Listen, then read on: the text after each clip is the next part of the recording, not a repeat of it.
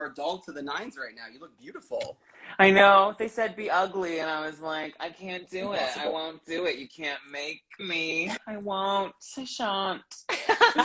I am so excited to speak to you because, well, I really enjoyed the episode last night, and I was really sad to see you go because you're one of my Me favorites. too. Oh, And thank you, love.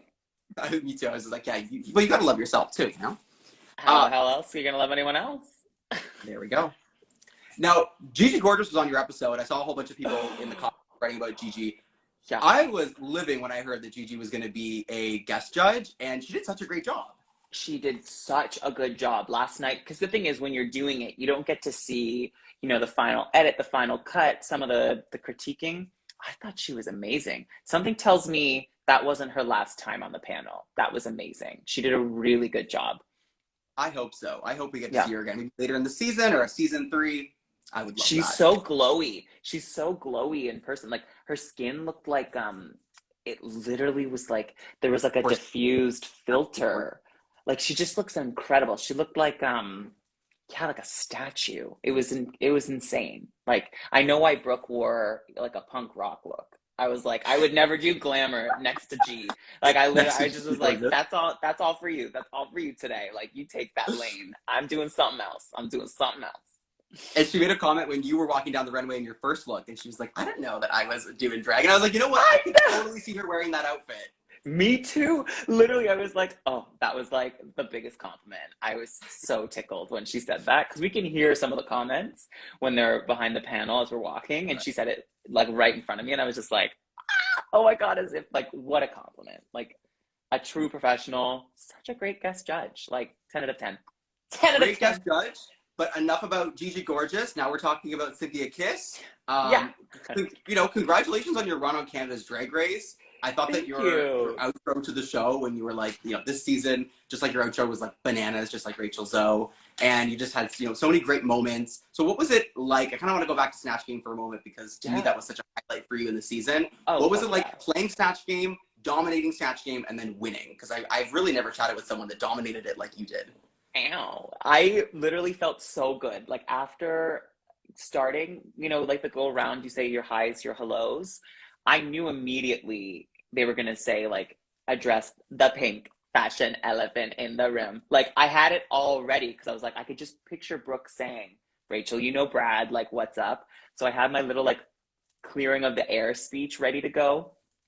And like from then on in, everyone was laughing. Like, and if on a closed set, you really shouldn't laugh too much because you'll break footage, like you'll break takes. So if people are giggling, like except for Bowman and Brad, like they're supposed to, and Brooke.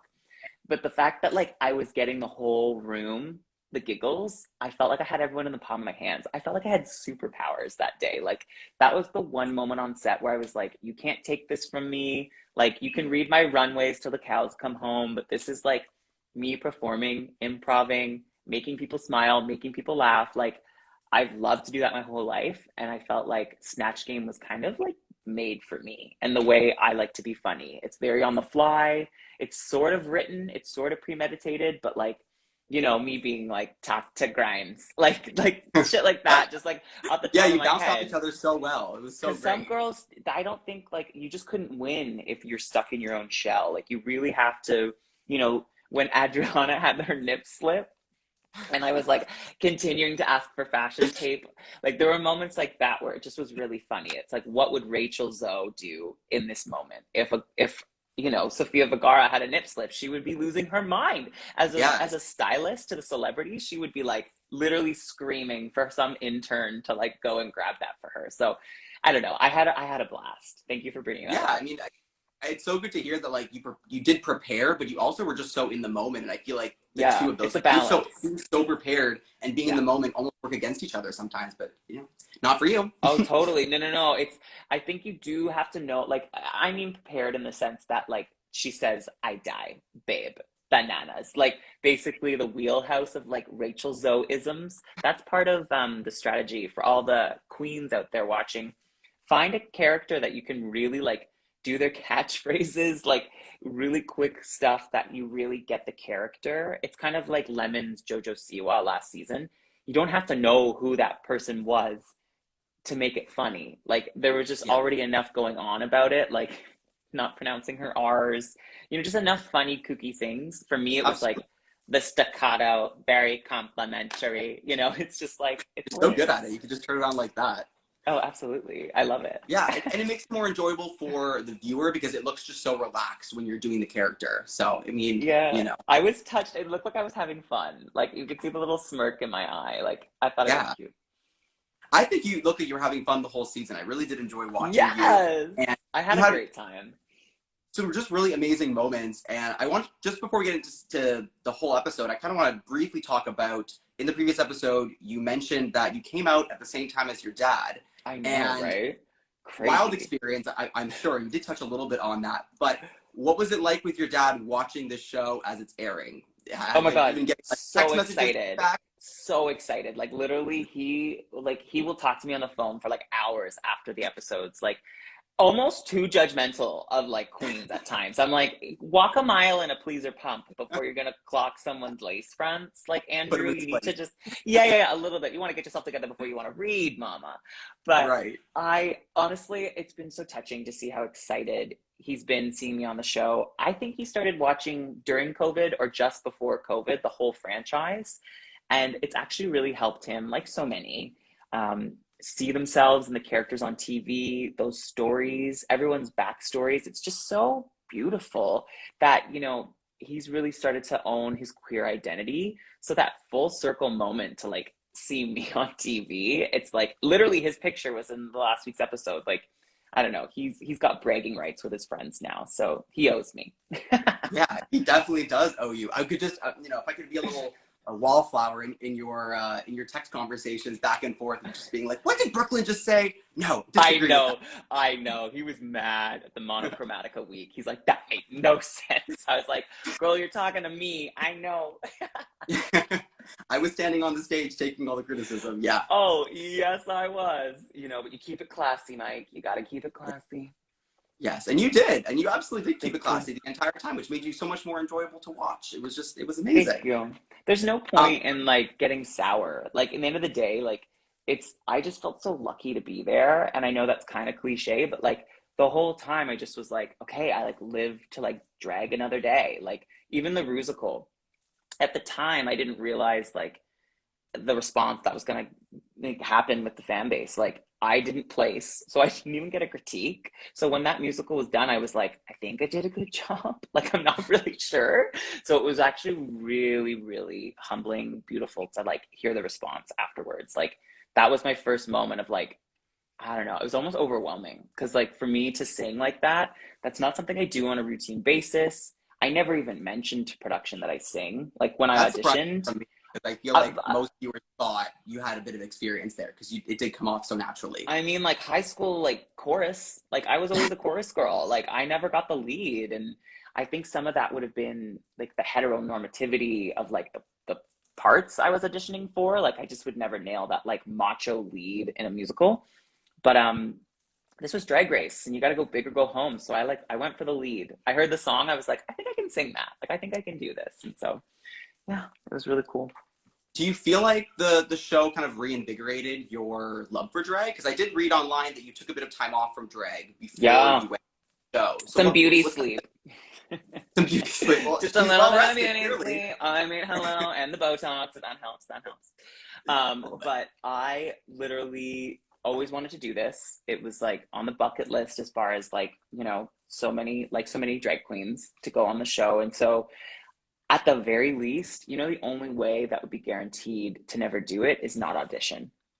I had lost my job during the pandemic. You know, I was interviewing everywhere in Vancouver and, you know, beyond for work.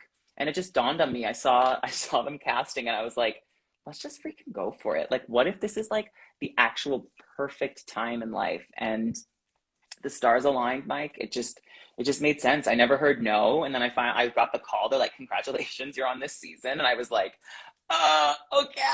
Oh my God, this is like actually overwhelming. I will be Wow. honest. I was like a little rusty. Like some of the costumes didn't fit right. Things were a little more tight. My corsets, all this stuff. I was like, okay, no candy and alcohol for a month before we go on TV. But now you can have all the candy and the alcohol you want. Oh my God. My first little Halloween candy on set, like I got stressed one day and I had one. I almost started crying. It was like a little Mars bar. I was like, this is just like so good. This is what I needed. This was the sugar I needed. I love that. What a natural moment for you to apply for the show, you know? I mean, the show's so huge, so most people... Well, I saw the first season, and you never know. Like, I didn't want to put myself... I don't know. I wanted to wait and see how the first season looked, and I loved it. Like, I literally thought, like, it's such a great... Like, the production value was, like, already there. And then, my goodness, this second season, like, it just was, like, even better. Like, everything. Like, you know, you bake your first cake. It's good, but you learn. And baby, season 2, even sweeter. Like, even Brooklyn alone, so elevated now. Like, literally a regal princess, like, every single week. So when she was reading my runways, I was like, you got me, gal. I mean, I'm not gonna, I can't say you look bad right now because you really look freaking good.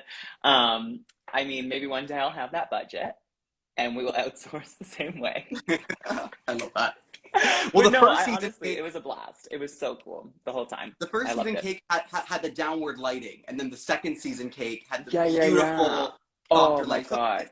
Tastier, better ingredients, you know. Absolutely. And I got to do that acting challenge. I mean, triggered, but I got to sit behind the judges panel.